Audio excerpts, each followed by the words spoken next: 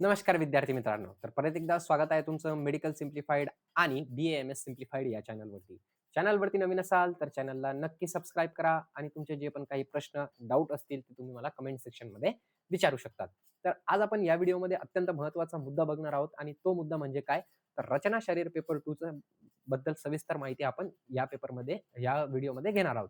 तर 2023 ते 2025 पर्यंत जेवढे पण पेपर विचारले गेलेले आतापर्यंत म्हणजे 4 ते 5 पेपर विचारले गेलेले तर त्या पेपरांबद्दल आपण सविस्तर माहिती बघणार आहोत. मोस्ट रिपीटेड क्वेश्चन कोणते झालेले, परत-परत कोणते प्रश्न विचारलेले, त्याच्यासोबतच एक अत्यंत महत्त्वाचा मुद्दा, की आपण या चॅनलवरती one shot, common format, guess paper already ॲपवरती टाकण्यात आलेलं आहे. तर तुम्ही लिंक डिस्क्रिप्शनमध्ये दिलेली आहे. त्या लिंकवरती क्लिक करून ॲप डाउनलोड करून नोट्स आणि गेस पेपर ₹49 मध्ये तुम्हाला रचना शरीरचं गेस पेपर भेटणार आहे. ठीक आहे. आणि ते कुठं भेटणार आहे? तर ॲपवरती भेटणार आहे. तर 70 मार्क फिक्स तुम्हाला तिथून येऊन जाईल. ठीक आहे. 70 मार्कचा पेपर सरळ-सरळ तुम्हाला त्या क्वेशनमधून दिसणार आहे. चालेल, काही हरकत नाही. आता आपण एक अजून गोष्ट महत्त्वाची आहे, की हे जेवढे पण पेपर आहे, ते कोणते पेपर आहे 2023 ते 2025 पर्यंत घेतलेले आहे. म्हणजे 2021चं आपलं पॅटर्न होतं आणि 100 मार्काचा पेपर 20 मार्क त्याच्यामधून एम-सी-क्यू विचारल्या जाणार आहे आणि 40 मार्काचा एस-ए-क्यू, 40 मार्काचा एल-ए-क्यू. ठीक आहे. तर तेच पेपर आपण बघणार आहेत. ठीक आहे. आणि स्पेसिफिकली हा टार्गेट करतो एम-यू-एच-एस युनिव्हर्सिटीला. चालेल. तर आता आपण बघून घेऊया सगळ्यात अगोदर, की 2025 चा पेपर आपल्या समोर आहे आणि 2025 च्या पेपरमध्ये काय-काय विचारलं गेलेलं आहे एस-ए-क्यूमध्ये बघून घ्या. तर प्युरा सरळ-सरळ प्युरा विचारली गेलेली आहे. प्युराबद्दल एक्सप्लेन करा. प्युरेटचे टाइप वगैरे, वगैरे याचं कॉमन फॉर्मॅट येणार आहे. ते बघून घ्या एकदा. ठीक आहे. कॉमन फॉर्मॅट कधी येणार आहे? तर आय होप सो रचना शरीरचं 2 एप्रिलला येणार आहे आणि रचना शरीर पेपर 2 चं 5 एप्रिलला, रचना 1 चं 2 एप्रिलला, रचना शरीर पेपर 2 चं 5 एप्रिलला. आता तुम्ही सांगा तिकडं काय बघत आहे? तिकडं कंटेंट लिहिलेला आहे पूर्ण. मी तो कंटेंट टाकणार आहे तुम्हाला लवकरात लवकर, की कोणत्या डेट्सला काय येणार आहे. चालेल. लिगामेंट ऑफ युटरस म्हणजे जे युटरस आहे त्याचे लिगामेंट कोणते-कोणते, कसे-कसे ते तुम्हाला इथं एक्सप्लेन करायचे आहे.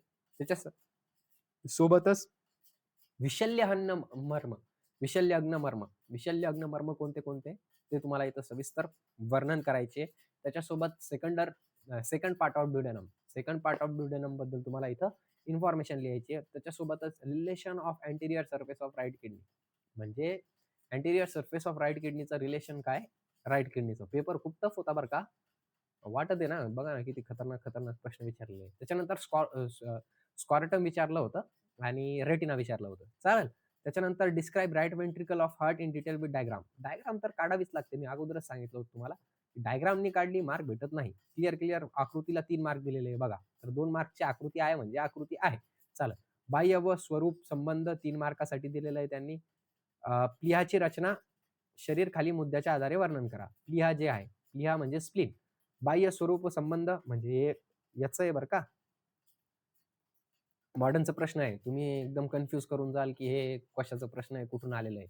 तर हा प्रश्न कशाचा आहे? मॉडर्नचा आहे. परत-परत विचार करा. दोन्ही प्रश्न वा वा वाचत जा वाचत जा बरं का आणि वाचल्यानंतरच मग प्रश्नाची उत्तरं लिहत जा. ठीक आहे. तर एक्सटर्नल फीचर अँड रिलेशनशिप 3 मार्कसाठी आहे. डायग्राम 3 मार्कसाठी आहे. लिगामेंट 2 मार्कसाठी आहे आणि अप्लाइड एनाटॉमी 2 मार्कसाठी आहे. म्हणजे 3 आणि 3 6 आणि 4 10. चालेल? नेत्र म्हणजे आयबॉल एक्सप्लेन करा सांगायचं यांना इथं. ठीक आहे. आणि मर्माची डेफिनेशन आणि खालचे मर्म कोणते-कोणते अधोशाखेतील लोअर एक्स्ट्रीमिटी इन डिटेल त्याचं वर्णन आपल्याला करायचंय. 2-3 मर्माचे पण नाव लिहिले तर खूप आहे. इथं बस्ती येईल बघा. इम्पोर्टंट आहे बस्ती. बस्तीबद्दल लिहा, जेवढं लिहिता येईल तेवढं. चालेल. 2024 चा पेपर आहे.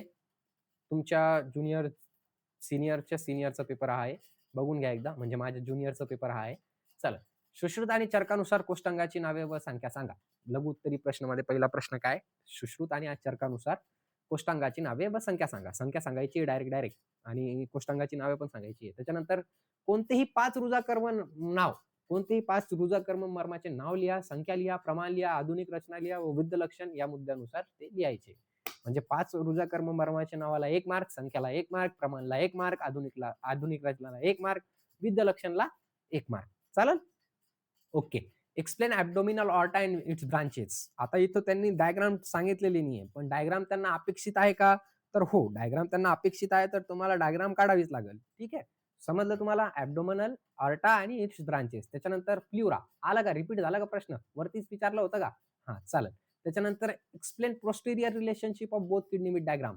पोस्टेरियर, पहिले अँटेरियर विचारलं होतं, आता पोस्टेरियर विचारलं. ठीक आहे. म्हणजे किडनीवरती कोणता प्रश्न जास्त करून बनणार आहे, तर पोस्टेरियर आणि अँटेरियर. चालेल? ओके. Explain prostate gland. आता प्रोस्टेट ग्लॅंड कोणामध्ये असते? फिमेलमध्ये असते का मेलमध्ये असते? मेलमध्ये असतं ना?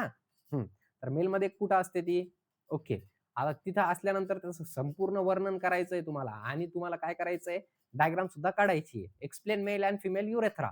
आता एक्सप्लेनचा अर्थ काय यांनी काय सांगितलं, की मेल आणि फिमेल युरेथ्रा वेगळे-वेगळे कसे आहेत? त्यांच्यामध्ये समानता काय आहे आणि त्यांच्यामध्ये विविधता काय आहे? हे मॉडर्ननुसार तुम्ही एक्सप्लेन करा. आता पित्तधराकाला हे मॉडर्नमध्ये आहे का? तर नाही. पित्तधराकाला कशामध्ये आहे? तर पित्तधराकाला आयुर्वेदमध्ये आहे. तर तुम्हाला इथं कशामध्ये एक्सप्लेन करावं लागेल ते? तर तुम्हाला येस, मराठीमध्ये किंवा इंग्रजीमध्ये जे पण भाषा असेल तुमची त्याच्यामध्ये तुम्हाला हे एक्सप्लेन करावं लागेल. चला पुढे. बघा. हां. यकृत, लिव्हरवरती सगळं एकदम पूर्णच्या पूर्ण एक्सप्लेन विचारलेली आहे. या खालील मुद्द्यानुसार तुम्हाला एक्सप्लेन करायचं आहे. प्रत्येकला 2-2 मार्क आहे. ठीक आहे. 5 मुद्दे दिलेले आहे. ते 5 मुद्देच लिहा. दुसरं काहीच लिहू नका. क्लिअर सांगितलेलं आहे. लोकेशन, साइज, शेप संपला विषय. External feature, peritoneal and visceral relationship, blood supply और व्हेनस ड्रेनेज आणि अप्लाइड अनाटॉमी संपला विषय. एवढंच लिहायचं आहे. एक्स्ट्रा लिहू नका. ठीक आहे? चालेल. दुसरा प्रश्न काय आहे? तर खालील मर्म दिलेल्या मुद्द्याच्या आधारे सचित्र वर्णन करा. हृदय, नाभी, बस्ती. सोपं आहे ना. हृदयाचं डायग्राम काढून घ्या, नाभीचं डायग्राम काढून घ्या, बस्तीचं डायग्राम काढून घ्या आणि गुदचं डायग्राम काढून घ्या. संपला विषय. म्हणजे त्रिमर्माचं बद्दल इथं विचारलेलं आहे. ठीक आहे.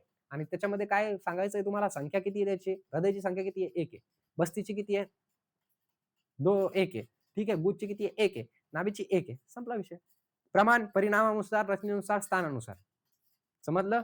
ओके. विविध लक्षणे आणि आधुनिक रचना म्हणजे modern structure located at it. म्हणजे मॉडर्नमध्ये कुठं लोकेटेड आहे? हृदय कुठं लोकेटेड आहे? एकदम परफेक्ट त्याचं हे सांगायचंय तुम्हाला. बस्ती कुठे आहे? नाभी कुठे आहे? गुद कुठे आहे? चालेल? ओके. त्याच्यानंतर बघून घेऊया आपण. हृदय शरीर लिहून निलय सचित्र वर्णन करा. आता तुम्हाला वाटत असेल, "अरे बाप! हृदय आलं. कसं लिहू आता याला मी?" तर 1 पेज तुम्हाला लिहायचं असेल तर मॉडर्न आयुर्वेद लिहून घ्या. काही हरकत नाही. पण 3 पेज तुम्हाला काय लिहायचंय मग? मॉडर्न लिहायचंय आणि 1 पेज काय काढायचंय? डायग्राम काढायचंय. हृदय आलं का? 2 वेळेस आलं का? वरती पण विचारलं, त्याच्यावरती पण विचारलं, 3दा विचारलं का हृदयामध्ये? आता इथं लेफ्ट व्हेंट्रिकल सांगितलेलं आहे त्यांनी फक्त. हृदयाचं काय सांगितलेलं आहे? लेफ्ट व्हेंट्रिकल एक्सप्लेन करा. जास्त एक्सप्लेन करत बसू नका.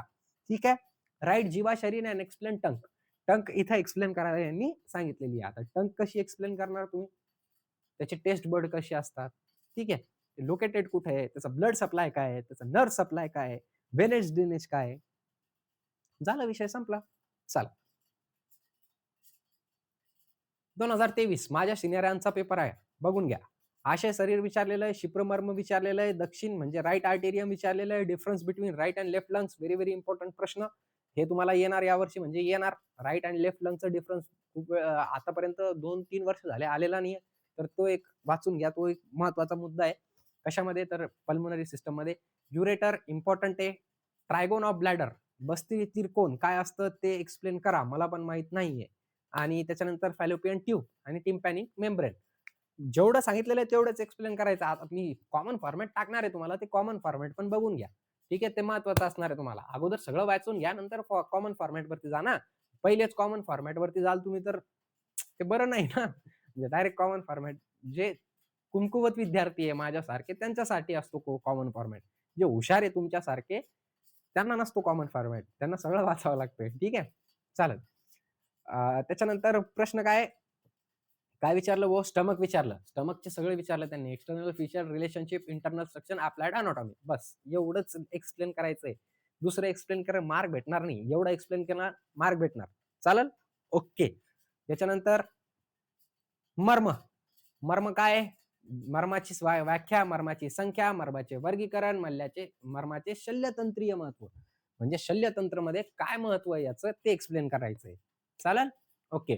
याच्यानंतर चरक व सुश्रुत संहितेनुसार पुढील मुद्द्याच्या आधारे स्त्रोतसाचे वर्णन करा. स्त्रोतसला एलक्यू टाकला यांनी.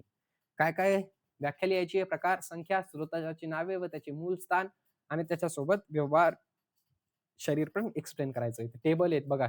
आचार्य चरकचं, आचार्य सुश्रुतचं. ठीक आहे. चालेल. आय आलं काय? अॅनाटॉमिकल एक्सपेक्ट ऑफ आय. चालेल. 2023चा बॅकचा पेपर आहे. हां, म्हणजे माझ्या सिनियरांचा बॅकचा पेपर. चला. एस-ए-क्यू बघून घ्या. त्वचा विचारलं, त्याचे स्तर विचारलं, महत्व विचारलं. वर्मी फॉर्म अपेंडिक्स काय असतं ते विचारलेलं आहे. मिझेंट्री काय असतं ते विचारलेलं आहे. लॅटरल वॉल ऑफ नोज काय असतं ते विचारलेलं आहे. युरेटर विचारलेलं आहे. 2-3 वेळेस युरेटर विचारलं आतापर्यंत हां. लिगामेंट 2 वेळेस विचारलं. हिस्टोलॉजी ऑफ स्टमक हे पहिल्यांदा आलं आणि नाभी मर्म हे पहिल्यांदा आलं. ठीक आहे. तर ह्या गोष्टी जरा लक्षात घ्या. ठीक आहे. कला शरीर काय करायचंय आपल्या कला शरीराला बाप कला शरीरवर एल-क्यू टाकला होता का? चल कला शरीरमध्ये काय विचारलं होतं त्यांनी? तर सगळ्यात अगोदर व्याख्या काय? उत्पत्ती काय? सप्तकला म्हणजे प्रथम, द्वितीय, तृतीय सगळ्याच्या सगळ्या एकदम बरोबर आल्या पाहिजे. बरोबर आल्या तेव्हाच मार्क भेटणार नाही तर मार्क भेटणार नाही. त्याच्यानंतर स्प्लीन बापरे! टफ होते रे. प्रश्न टफ होते याचे. चालेल. स्प्लीन डायरेक्टली सांगितलं होतं त्यांनी स्प्लीन एक्सप्लेन करा म्हणून आणि त्याचे अप्लाइड एस्पेक्ट पण एक्सप्लेन करा असं त्यांनी विचारलं होतं. त्याच्यानंतर टंक विचारलं होतं, है ना? आणि त्याच्यानंतर काय विचारलं होतं? Applied anatomy of pericardium, right atrium of heart म्हणजे पेरिकार्डियम विचारलं होतं आणि राइट आर्टरियम ऑफ हार्ट विचारलं होतं 5-5 मार्कासाठी.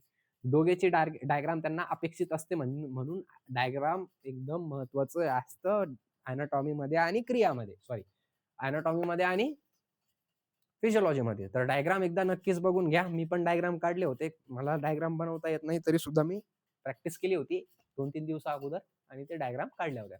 So thank you so much. Have a great day. I hope तुम्हाला एक आयडिया आला असेल, की मागच्या वर्षी प्रश्न कसे विचारले जात आहे आणि याची पी-डी-एफ पाहिजे असेल, हवी असेल तुम्हाला, तर नक्कीच तुम्ही काय करा, ॲप डाउनलोड करून घ्या. ठीक आहे. Thank you. Have a great day. I hope चांगल्या मार्कांनी तुम्ही पास व्हाल. धन्यवाद.